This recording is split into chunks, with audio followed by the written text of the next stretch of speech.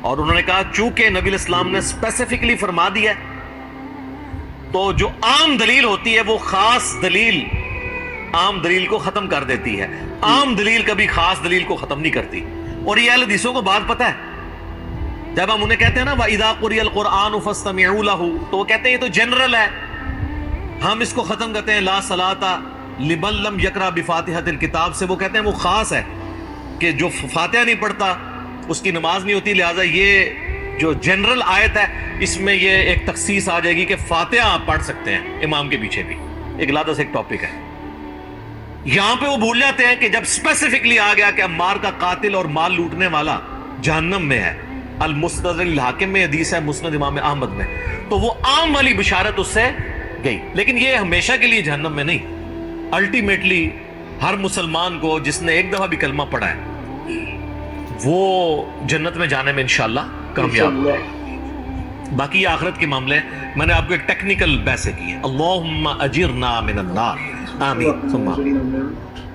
تو یہ حدیث اور اس کے بعد جب یہ سارا معاملات ہوئے تو پھر اہل سنت کے ہاں یہ چیز اسٹیبلش ہو گئی کہ حضرت علی رضی اللہ تعالیٰ عنہ کی ساری جنگیں حق پر مبنی تھیں اور مخالفین باغی تھے۔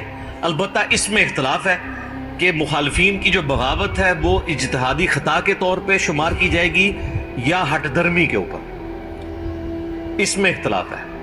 پھر اس میں بھی ایک جز کے اوپر اتفاق ہے کہ جو اہل جمل ہیں یعنی سیدہ عائشہ، سیدنا طلحہ، سیدنا زبیر رضی اللہ عنہم اجمعین وعلیہم السلام اجمعین، چونکہ انہوں نے اپنی اس غلطی سے رجوع کر لیا تھا بعد میں اور شرمسار تھے، لہٰذا ان کی غلطی کو اجتہادی غلطی کے طور پہ ایکسیپٹ کیا جائے گا اس حوالے سے کہ اللہ تعالیٰ معاف فرمانے والا ہے۔ اور مولا علی نے بھی ان کو معاف کر دیا، وہ المستدرک الحاکم میں، المصنف ابن ابی شیبہ میں اور کئی کتابوں میں، سنن کبریٰ للنسائی کے اندر حدیث موجود ہے کہ مولا علی نے کہا کہ میں اللہ سے امید کرتا ہوں، یہ سورۃ الحجر کے اندر جو آیت ہے کہ اہل ایمان آمنے سامنے بیٹھے ہوئے ہوں گے جنت میں تختوں کے اوپر، اور اللہ تعالیٰ ان کے دلوں سے میل دور کر دے گا اور وہ جنت میں پہنچ جائیں گے۔ میں اللہ سے امید کرتا ہوں کہ یہ بشارت میرے طلحہ، زبیر اور عثمان بن عفان کے لیے رضی اللہ عنہم اجمعین، کے ہمارے دلوں میں جو ایک دوسرے کے بارے میں چیز آ گئی ہے وہ اللہ تعالیٰ دور کر دے گا۔ لیکن جہاں تک تعلق ہے حضرت معاویہ رضی اللہ تعالیٰ عنہ کا، ان کو حضرت علی نے معاف نہیں کیا، اس لیے کہ وہ حضرت علی کی زندگی میں بھی اپنی اس خطا کے اوپر قائم رہے اور اس کے بعد 20 سال زندہ رہے اور مرتے دم تک انہوں نے رجوع نہیں کیا۔ اسی لیے سیدنا علی نے ان کے بارے میں ڈیفرنٹ ایٹیچیوڈ رکھا۔ میرے استاد ڈاکٹر اسرار صاحب رحمہ اللہ تعالیٰ نے سورۃ الحجر کی انہی آیات کی تفسیر میں بیان القرآن میں یہ کہہ دیا تھا، حضرت معاویہ کا نام بھی انہوں نے داخل کر دیا تھا۔ وہ حدیث کے معاملے میں تو وہ خود ہی کہتے تھے میں امی ہوں، تو پھر میرا اس پہ جواب آیا تھا کہ حضرت معاویہ کا نام نہیں انہوں نے لیا، حضرت طلحہ، زبیر اور عثمان بن عفان کا نام لیا تھا، جن کے بارے میں صحیح بخاری میں آتا ہے کہ عمار کی زبان کو اللہ نے شیطان سے محفوظ کر دیا، یہ صحیح بخاری میں ہے۔ تو عمار سے پوچھ لیتے ہیں، عمار بن یاسر کا آپ حضرت علی کے ساتھ کمٹمنٹ کا لیول دیکھیں، 93 ایئرز ایج ہے، جنگ صفین لڑنے کے دوران اس وقت 93 کے تھے، وہ 37 ہجری میں شہید ہوئے، 93 سال بڑی عمر ہوتی ہے۔ تو عمار بن یاسر کا فہم سنن الکبریٰ البیہقی میں موجود ہے۔ جب ان سے پوچھا گیا اہل شام کے بارے میں، یعنی یہ جو حضرت معاویہ کی جماعت ہے امیر شام کی، تو انہوں نے کہا کہ یہ نہ کہو کہ اہل شام نے کفر کیا، اس سے کم از کم رافضیت کا رد ہو گیا جو حضرت معاویہ یا ان کی جماعت کو سمجھتے ہیں کہ وہ کافر ہیں، اور اس بغاوت کو وہ دین کی بغاوت اس حوالے سے سمجھتے ہیں کہ وہ سمجھتے ہیں شاید نعوذ باللہ انہوں نے اسلام اتار کے پھینک دیا تھا۔ نہیں، اسلام میں وہ تھے، مسلم تھے، پولیٹیکلی انہوں نے معاملوں کو مس ہینڈل کیا، وہ بھی غلط ہے۔ اس میں عمار بن یاسر کیا کہتے ہیں، یہ نہ کہو کہ اہل شام نے کفر کیا، بلکہ کہو انہوں نے فسق کیا اور ظلم کیا۔ فسق کہتے ہیں گناہ کبیرہ کو۔ تو عمار بن یاسر کہہ رہے ہیں کہ اہل شام جو ہیں، اہل صفین، یہ فاسق بھی ہیں اور ظالم بھی ہیں، یعنی بڑے مجرمین ہیں، کافر نہیں ہیں۔ بس یہی میرا عقیدہ ہے جو عمار بن یاسر کا عقیدہ ہے۔ ہم اس سے آگے نہیں جاتے. تو آپ بھی مہربانی کریں ادھر تک پہنچ جائیں. لہذا اہل صفین کو فاسق، ظالم، مجرم، باغی، آپس میں سے دوزخ کی طرف بلانے والے، یہ سارے کے سارے الفاظ بالکل جسٹیفائی ہو گئے. عمار ابن یاسر کا فام بھی، سلف کا فام بھی آ گیا. دین میں رہ کے نہ اب کوئی رہے. عمار ابن یاسر کے فام کو چھوڑ کے کوئی ریالوں والے مولوی کے فام کو اپنا فام مان رہا ہے تو اس کی اپنی قسمت ہے. اور یہ ریال آج کا ایشو نہیں ہے. بنو امیہ اور بنو عباس کے دور میں بھی علماء ظاہر ہے جی کوڑوں سے اور پھانسیوں سے ڈرتے تھے، سیدھی سی بات ہے. تو یہ دوسرا ریفرنس. عمار ابن یاسر کی نگاہوں کے سامنے ایک دن میں ان کی والدہ بھی اور ان کے والد کو بے دردی سے قتل کیا گیا.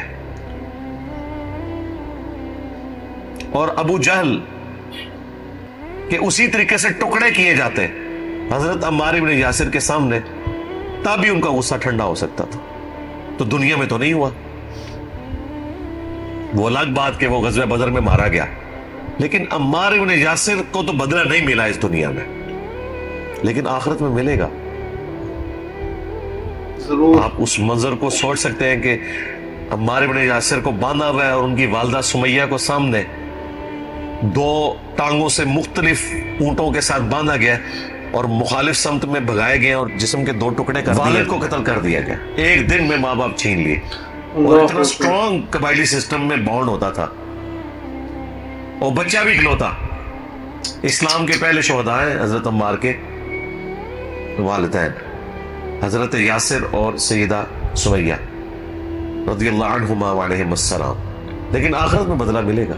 دیکھیں نا جی، حضرت عمار ابن یاسر رضی اللہ تعالیٰ عنہ وعلیہ السلام، میں نہیں سمجھتا کہ جس شخص کی زندگی میں ایسے لمحات آئے ہوں وہ پوری زندگی اس غم کو کبھی بھلا بھی سکتا ہے. 93 ایئرز کی ایج میں شہید ہوئے ہیں عمار ابن یاسر جنگ صفین میں مولا علی کی طرف سے لڑتے ہوئے. 93 سال تک ان کا زخم ہرا ہی رہا ہے. ایک دن میں ماں اور باپ سیدہ سمیہ اور سیدنا یاسر رضی اللہ عنہما وعلیہم السلام کتنی بے دردی سے، یہ چیز تو امیجن کرنے سے انسان کے روکتے. آج 1400 سال بعد بھی کھڑے ہو جاتے ہیں.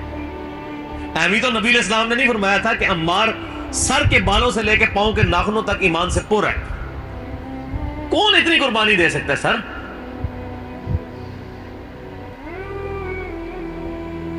اب جو عمار ابن یاسر ہیں انہوں نے تو اپنے ماں باپ کے دشمنوں کا انجام تو اپنے سامنے غزوہ بدر میں دیکھ لیا، لیکن سیدہ سمیہ نے تو اپنے قاتل کا انجام نہیں دیکھا نا، نہ سیدنا یاسر نے. اور پھر دنیا میں تو ابو جہل ایک دفعہ ہی قتل ہوا نا، 2 بندوں کو مارنے کے سبب اور کئی اور مسلمانوں کو اذیت دینے کے سبب. دنیا کی عدالت تو ایک بار ہی قتل کی سزا دے سکتی ہے نا، لیکن اللہ تعالیٰ ایک ایک مسلمان کے بدلے میں ابو جہل کو روزانہ ہزاروں زندگیاں دے کے ہزاروں موتیں دے سکتا ہے. بے شک. اور ان کے ایمان کی، ان کی جو دل کی ٹھنڈک جنت میں پہنچ کے بھی اسی وقت ہوگی جب وہ اپنے مخالفین کا عذاب دیکھیں.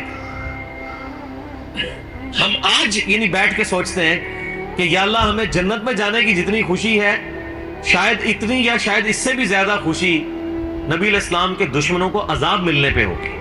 اور آج نبی علیہ السلام کے تو دشمن اسلام کے لبادے میں ان کی بھولی بالی امت کو جو ہے وہ کفر اور شرک کے راستے کے اوپر چلا رہے ہیں. ان کو جب عذاب ملے گا نا، ہمیں تو اصل میں جنت میں جانے سے زیادہ خوشی تو ان لوگوں کے عذاب کے اوپر ہوگی. صحیح، بالکل.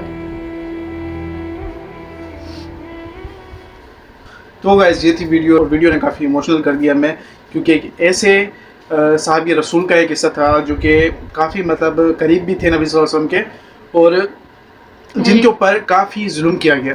اور ظلم بھی اس طرح کا کہ مطلب ان کے سامنے ان کے والدین کو قتل کر دینا اتنے خطرناک، مطلب اس ایسے سے انہوں نے کافی زیادہ قربانیاں دی ہیں دین کے لیے. ایک تو وہ صحابی رسول تھے، کیا ہی ان کی مطلب شان ہوگی، اور جنہوں نے مطلب اپنے ماں باپ کی قربانی دی اپنے دین کے لیے، ان کے ہی ماں باپ کو، ان کے ہی والدین کو اس طریقے سے قربان کیا گیا ان کے سامنے. تو سبحان اللہ، ان کی شانیں کوئی بیان نہیں کر سکتا. تو